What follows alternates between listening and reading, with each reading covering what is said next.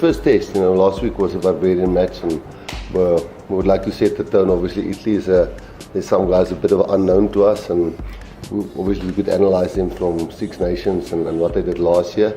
But there's a few guys we don't know, so we're not 100% sure what they'll dish up. In a fresh twist for South African rugby, the Springboks have unveiled a new-look team ahead of their crucial test against Italy on July 5th at Loftus Versfeld in Pretoria. With a blend of seasoned leaders and returning stars, the squad is buzzing. With anticipation and high hopes for a strong start to the series, one of the most notable stories in the lineup is Rassie Creel stepping up to captain the team for the very first time in a test match. Known for his sharp instincts and powerful play, Creel's leadership will be under the spotlight as he leads his teammates onto the field. It's a big moment not just for him, but for the team as they embrace a new era of leadership.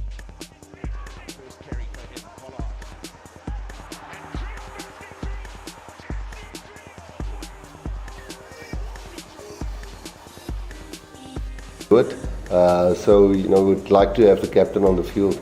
See how he understands the bomb squad and all of those kind of things. So we have some nice continuity with Rassie. He's always been a leader, and he did really well for us last week in that reign, controlling the game with all the other senior players in the team. So yeah, it's a nice opportunity for him to be in a test, a captain, and not a barbarian game. Yep, Rassie and Eben vice captain.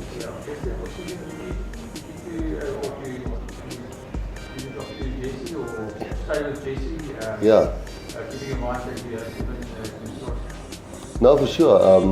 I think the more we can give, we don't want to give hand out captaincies like it's something that people don't deserve. I think Rassie is somebody that thoroughly deserves that, and the more we get guys like that, understanding what a captain needs when he's not captain, the better it is. The return of Damian Williams to the Springboks ranks is another talking point. It's been a while since we saw him in green and gold, especially after a tough 2020 season hampered by injuries. Now back and fit, Williams slots into full back, bringing with him a wealth of experience and versatility that will bolster the backline. Here's Williams. Oh, that's delicious. That's outrageous. We know what we always get out of Eben. Eben probably won't go 80. We hope that Rassie can go 80. Not that Eben won't make a 80, but we know we'll probably make a sub there somewhere between him and Luke.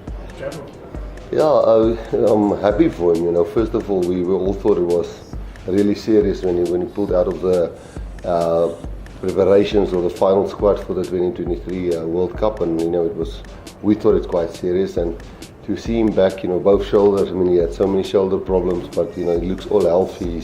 He's really in the best shape. I think he's in better shape than in 2019. So, and I think also the guys do rest a bit. When the bodies rest for 2 years or something like that, you don't have another 50 or 30, 40 games that your body has endured, if that is the right word. So, the age might be between 32, 33, but I think the body might be a 30, 29-year-old. So yeah, the whole team is glad to have him back. He's a very sharp guy. He's a guy that studies the game a lot, and he certainly brings a calmness. But then, we'll have to give other guys also opportunity, like, Salman must come into the mix. The front row remains solid with Malcolm Marx and Wilco Lauf.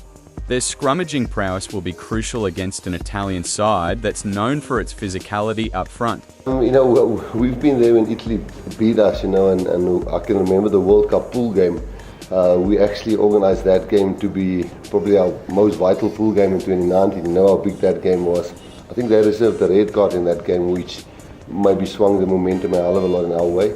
But that game was really nervy for us, and a lot of the players who's here can remember that. And then since Casado has taken over, the new coach, he certainly has brought a lot of simplicity to their game. Where they were always, I don't know if that's the right word, they were always a very flamboyant team that ran from everywhere. And I think last year was one of their best years, the year before last year. Yeah, last year was one of the best years that they had. They had quite a good year, and I think the first 2 games in Six Nations, they really manned up. I think because they only have 2 clubs to pick from, they sometimes run out of players. They only have 2 clubs really in URC that they can pick from. But the way they played in those first two games, we're expecting passionate, like you always are, physicality to a point that we must handle that, and a really structured, good kicking. I wouldn't say conservative, but it's not the Italy of 2-3 years ago. It's a really well-structured team, I believe. On the bench, Jan Hendrik Wessels and Vincent Koch provide experienced cover, ready to rotate in when needed. All eyes will be on Loftus.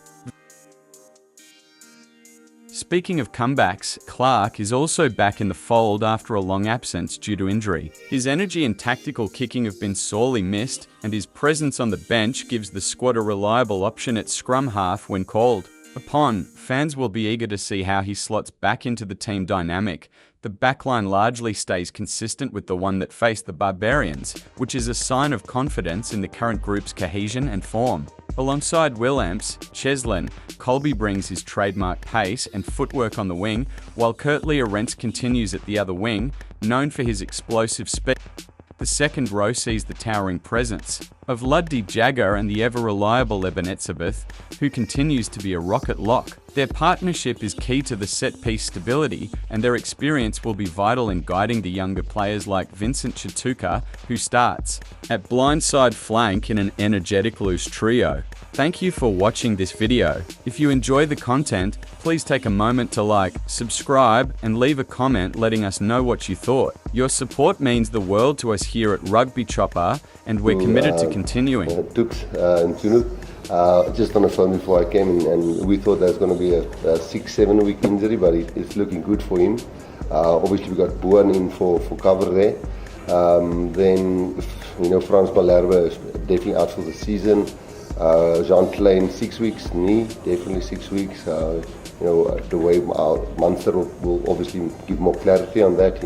It's their player, but he's got a knee injury which we think it will be at least 6 weeks. Sia next week back, I think. Jean-Luc is just, I said it once for other player earlier this year, and I got it wrong, but his wife is giving birth this weekend, so that's why Jean-Luc is going back. Then Grant Williams next week. Fly-offs all good. Centers, nobody injured. Mapimpi next week ready with his hamstring. Yeah, I think I've covered everybody. Is there somebody I missed? Peter Steff next week ready. Lucanio will only be in Rugby Championship. Rugby Championship. You sort of answered the question with Peter Steff not available for this week, but obviously Vincent did really well last week and giving him the opportunity at number 7. Yeah. I suppose you could have gone to Franco Morstons or someone like that. Was that a reward for last week's performance? Yes, and last week was a barbarian match. There's not a lot of guys that getting caps this weekend, but there's certainly Krappies hasn't got a lot. The only other test match, I'll get to Vincent now, the other test match Krappies has played was in the rain, and then it was against Australia, I think, and this one was again in the rain, and I thought Krappies did really well, and so did Vincent. I thought Asenati was really solid, and Marnus I thought was really solid. This specific game, we don't have Peter Steff available, we just lost John Klein, so Franco must probably focus more on lock for us. Obviously there's Erke also on the bench, but Vincent was certainly a hell of a busy last week. I mean, if you take the 2 tries away, and if you don't measure that as a man of the match performance or player of the match performance, but you go and look at his work rate, it was exceptional for a blindside. It was almost in the, I wouldn't say it was in the physicality of what Peter Steff did. I think he must still up the physicality to test match level, but his work rate is phenomenal, and the more test matches he played, I think the better. Okay. Guys, 2 more minutes before we switch off bloggers, so any questions for Gaza? Ross, and then Anami? Gaza, obviously you've been out for a year from the Springbok team, struggled with injuries and all that. You've had a few performances this season. How are you feeling, and thrilled to be back in the mix? Yeah, I'm very happy to obviously be healthy and to be back in the Springbok squad and team. As you said, it's been a difficult year, 2 years with injury, and then obviously with the suspension, it's keeping me out play rugby. But very happy to get another shot and for the coaches to believe in me and to get my opportunity again to play. I'm looking forward to it, and I'm excited and a bit nervous obviously. I haven't played in the last game I played was in the Rugby World Cup final, so yeah, I will have to obviously, get in and hopefully, just do my primary job, and hopefully the rest of the boys I know they will take care of me and look after me. So yeah. Sorry, my question is just the selection of Andre, I think, or what was the thinking behind that? Springbok did very well, and Sasha was always doing something like that. Yeah, Andre has done so many times for us the job, and Sasha, he was playing at home and it was a barbarian match, but Andre is 31, Johnny Sexton was 38 when he played his last World Cup, so Andre's got a lot of legs still in him, and we think he can go to the next World Cup. And Mani is there, so we'd like to rotate those three as much as we can, and Gaza is covering 10 for us on Saturday with the 6-2 split. So I think you'll see, hopefully, if we keep momentum. It's tough to change things if you don't keep momentum, but hopefully between those three we'll rotate it. There will be certain stages where we would like to keep continuity, and just maybe to add on to that, playing these three matches now, after that there's a month before you go into Rugby Championship, so game time, caps and settling in, that's nice, but match fitness won't be a factor if you've got a month break between the Georgia game and the Rugby Championship, so I guess this is filling out a few guys, getting some guys back into the mix, get some guys from injury back or suspension back, guys who was really ill like Luet back, and then some new caps into the mix. So I think between the three of them, the next three games will rotate quite often.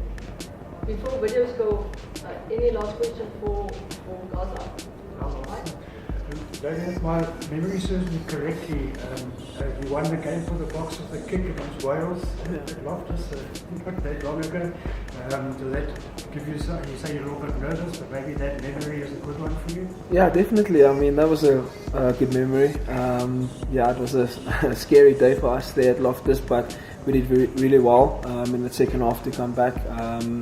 But yeah, I guess, as I said, a lot of guys in the team, the coaching staff, and the months of preparation that we had also gives me a lot of security, I think.